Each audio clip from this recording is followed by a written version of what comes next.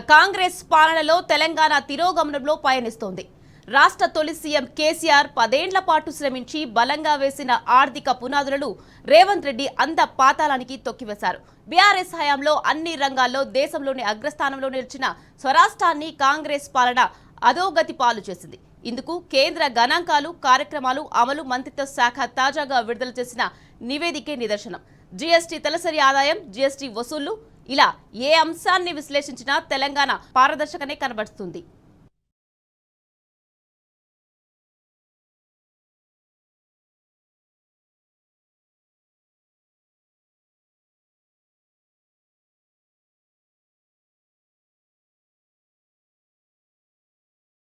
రెండేండ్ల కింద ఉమ్మడి రాష్ట్రం నుంచి విడిపోయినప్పుడు తెలంగాణ ఆర్థికంగా బలహీనంగా ఉండేది.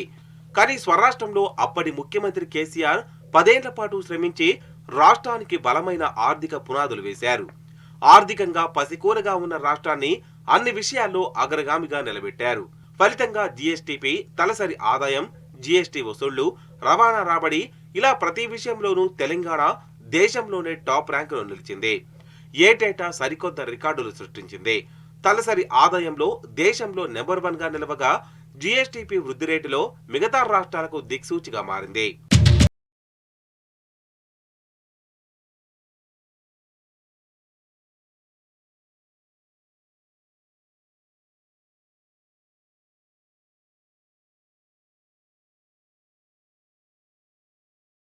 హయాంలో ఎట్లున్న తెలంగాణ కాంగ్రెస్ పాలనలో ఎట్లయిపోయింది? ఎవరో శాపం పెట్టినట్లు అన్ని ఆర్థిక సూచీల్లో తెలంగాణ అధా పాతాళానికి పడిపోయింది. జీఎస్టీపీ, తలసరి ఆదాయం, జీఎస్టీ వసూళ్లు, రవాణా రాబడిలో తాజాగా పేలవమైన ప్రదర్శనను కనబరిచింది. కాంగ్రెస్ అధికారంలోకి వచ్చిన 15 నెలల్లోనే తెలంగాణ ఆర్థికంగా అధోగతి పాలైంది. రాష్ట్రం ఆర్థికంగా అతలాకుతలమైంది. ఎంతలా అంటే అస్సాం, మేఘాలయ, ఛత్తీస్గఢ్ వంటి చిన్న రాష్ట్రాలతో పోలిస్తే ఒకప్పటి సిరుల తెలంగాణ ఇప్పుడు ఎంతో వెనకంజలో నిలబడింది. రేవంత్ పాలనలో జీఎస్డీపీ వృద్ధి రేటు పరంగా తెలంగాణ 14వ స్థానంలో నిలిచింది. అలాగే తలసరి ఆదాయం వృద్ధి రేటులో 11వ స్థానానికి పరిమితమైంది. 2024-25 ఆర్థిక సంవత్సరానికి సంబంధించి 18 రాష్ట్రాలు, కేంద్రపాలిత ప్రాంతాల వృద్ధి రేట్లపై కేంద్ర గణాంకాలు, కార్యక్రమాల అమలు మంత్రిత్వ శాఖ తాజాగా విడుదల చేసిన నివేదికలో విస్తుపోయే అంశాలు వెల్లడయ్యాయి.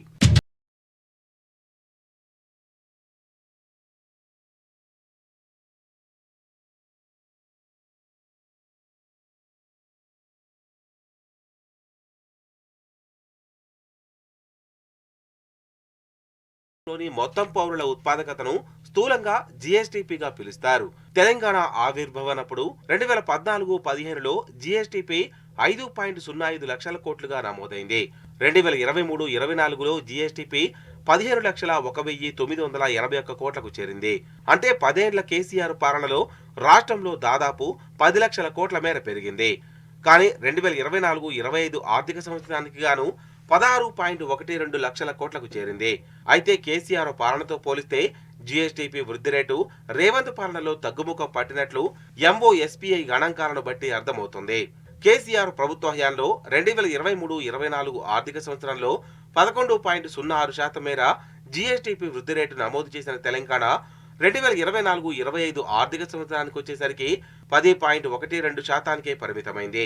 దీంతో కేసీఆర్ ప్రభుత్వంలో దేశంలోనే 3వ స్థానంలో ఉన్న రాష్ట్రం రేవంత్ పాలనలో 14వ స్థానానికి పడిపోయింది.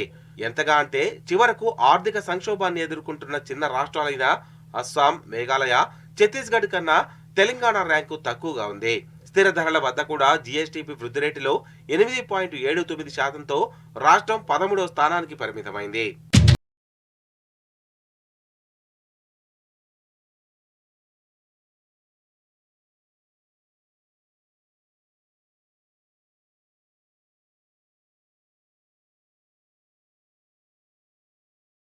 తలసరి ఆదాయంలో వృద్ధి రేటును ఒక దేశం లేదా రాష్ట్ర అభివృద్ధి వేగానికి నిదర్శనంగా భావించవచ్చు.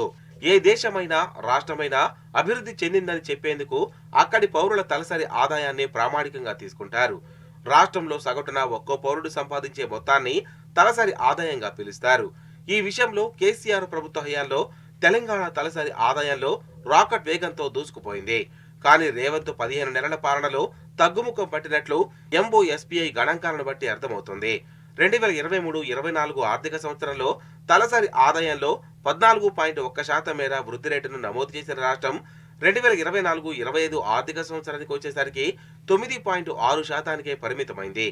దీంతో కేసీఆర్ హయాంలో దేశంలో నెంబర్ 1 స్థానంలో నిలిచిన తెలంగాణ ప్రస్తుతం 11వ స్థానానికి పడిపోయింది. కల్లోలిత కాశ్మీర్, అస్సాం వంటి చిన్న రాష్ట్రాలతో పోలిస్తే కూడా రాష్ట్ర తలసరి వృద్ధి రేటు తక్కువగా ఉండడం గమనార్హం.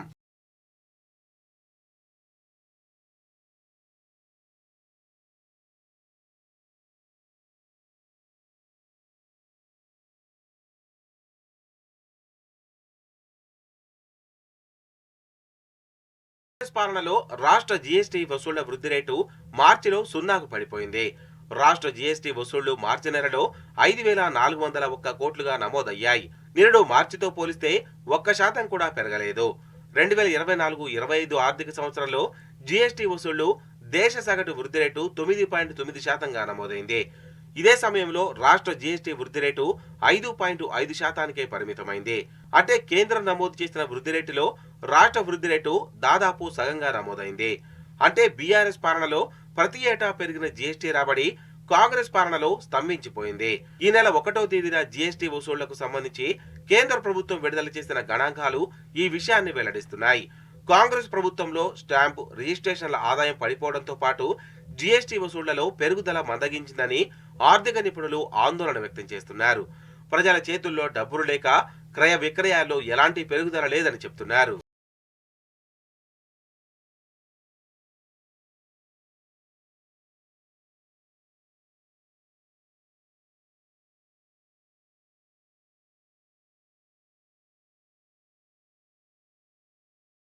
ఆర్థిక శాఖ మంత్రి భట్టి విక్రమార్క సైతం నిజాన్ని నిజాయితీగా ఒప్పుకోకుండా అసెంబ్లీ సాక్షిగా అబద్ధాలు చెప్పారు. తాజా బడ్జెట్ సమావేశాల్లో జీఎస్టీ వసూళ్ల వృద్ధి రేటు 12.3%గా ఉందని శాసనసభను తప్పుదోవ పట్టించారు.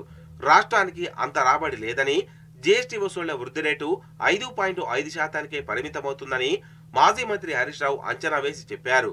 అయితే తాజాగా కేంద్ర ప్రభుత్వం అధికారికంగా విడుదల చేసిన గణాంకాల్లో తెలంగాణ జీఎస్టీ వృద్ధి రేటు 5.1%కే పరిమితమైంది.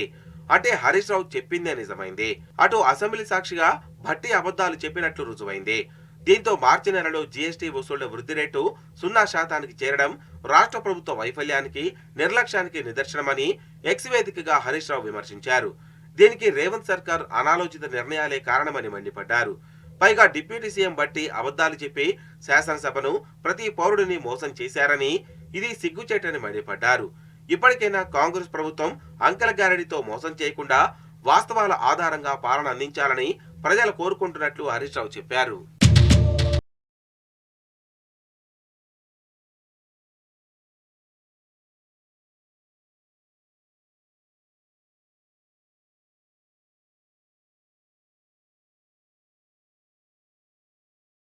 తెలంగాణ తొలి సీఎం కేసీఆర్ రాష్ట్రానికి వేసిన బలమైన ఆర్థిక పునాదులను రేవంత్ ప్రభుత్వం నాశనం చేసిందని సర్వత్రా విమర్శలు వ్యక్తమవుతున్నాయి.